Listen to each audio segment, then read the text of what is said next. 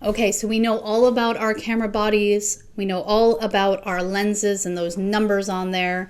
One of those numbers is your focal length. So what does that actually mean, and how is that going to affect your final output?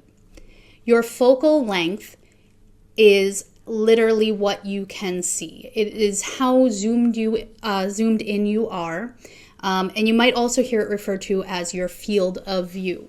So it's actually what you will see through the lens when you take the photo.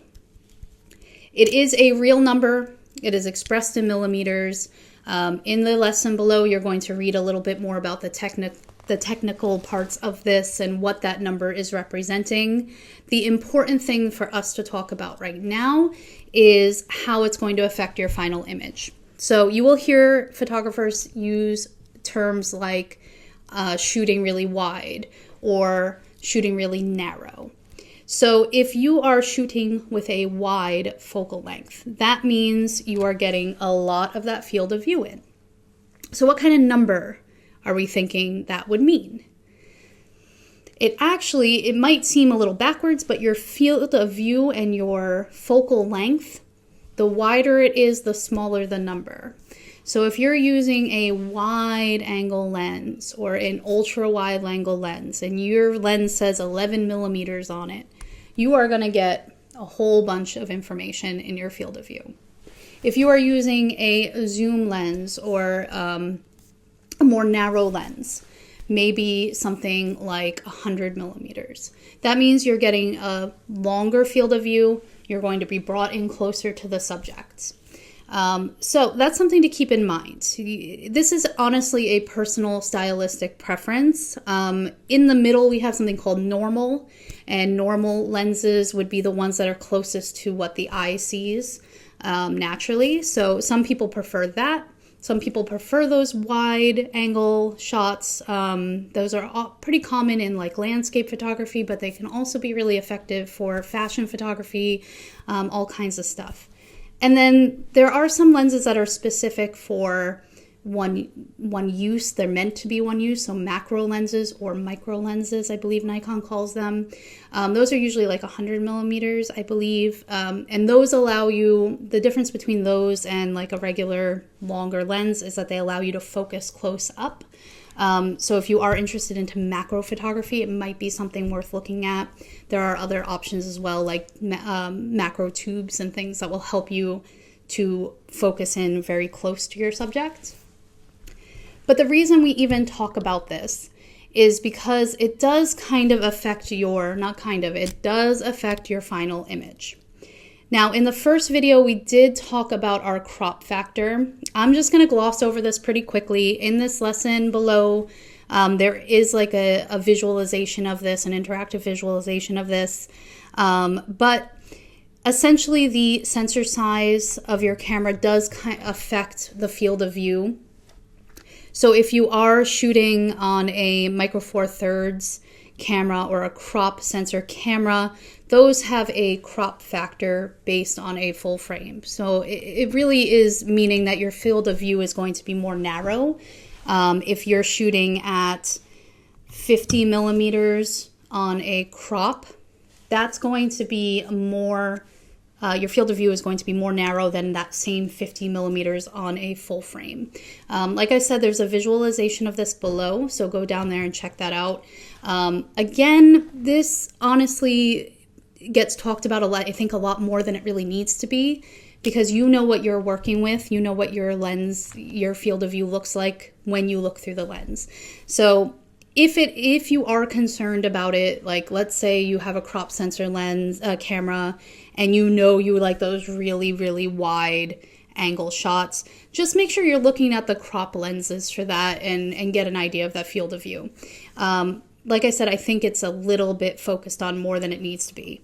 Focus on your own stuff that you have and know what your field of view looks like dependent on your own gear.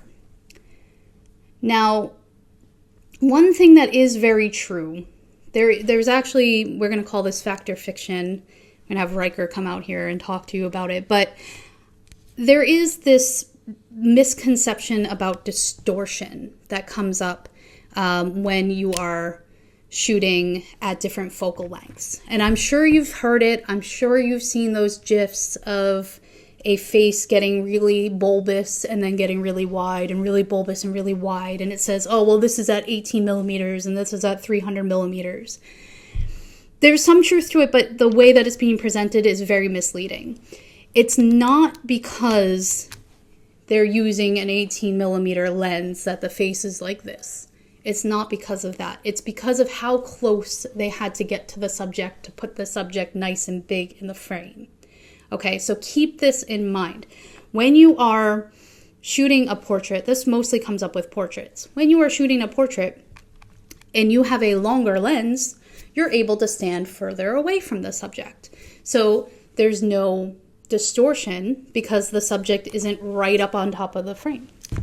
When you take a selfie with your phone, your face is pretty close, right? And it's a pretty wide angle lens on these, and your face is really close.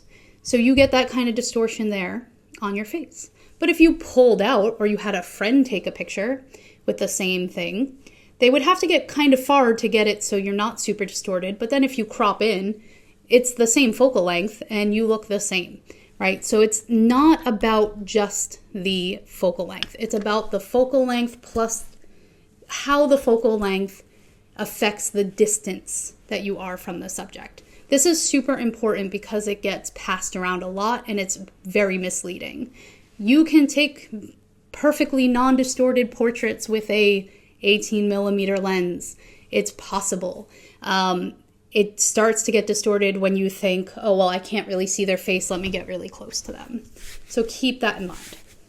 One thing that is true about focal length is compression. So what does that mean?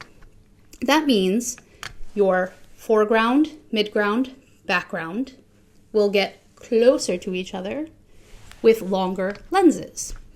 If you take a picture with a wide angle lens, and let's say there's a tree in front of a big forest, and you take that picture, those trees in the background in the forest, seem small.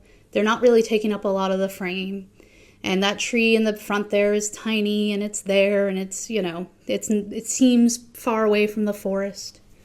But then if you zoom in and you zoom in and zoom in, the forest and the trees start to get closer together. The trees in the back seem bigger and you are compressing the information.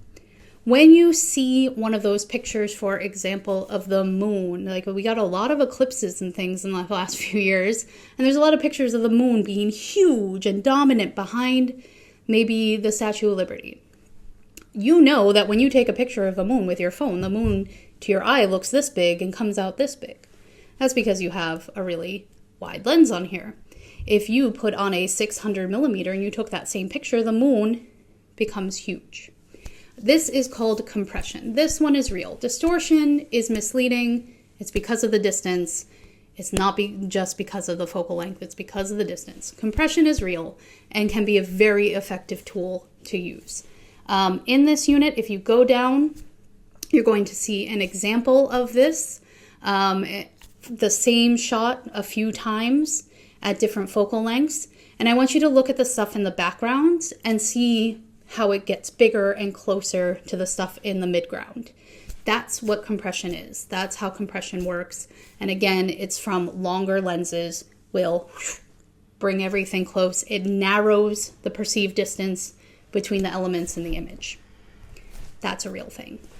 All right, soapbox away. Let's talk about focal ranges. So this is this vocabulary that I was talking about that we all need to kind of align on. So we have ultra wide angle lenses. I'm talking in full frame lengths right now just to keep things simple. But an ultra wide angle lens would be something like 14 to 24 millimeter. I used to have a crop Nikon and I had a Tokina and I believe it was 11 to 16. So that's kind of you can see a crop sensor. That ultra wide becomes a lower number, 11, which would bring us closer to that 14 or 24. I'm not doing the math right now. So ultra wide in full frame is like 14 to 24. Then wide angle would be like 24 to 35. Normal, when you hear normal, it means it's the closest to what your eye sees. This is my personal favorite. I enjoy shooting with normal lenses. On a full frame, that's like 40 to 75. Mid tele, these are great for portraits because you can be back from the subject, so you're not getting that distortion by getting close to their face. And then also you can compress some of the background behind them. So a mild tele would be something like 85 to 105. Then you have a medium telephoto. That's, again, these are all good for portraits. And also telephoto landscapes, I think, are beautiful. So don't discount these as just portrait lenses. They can be used for lots of things. So a medium telephoto would be like 120 to 300. And then long exotic telephotos, 300 to 800. 600 comes up a lot for bird photography, moon photography, stuff like that, where you need to get close to the subject without you can't with the moon, and birds you don't want to disturb. So a long or exotic telephoto would be a great solution for that. So learn what you have. What kind of lenses do you like?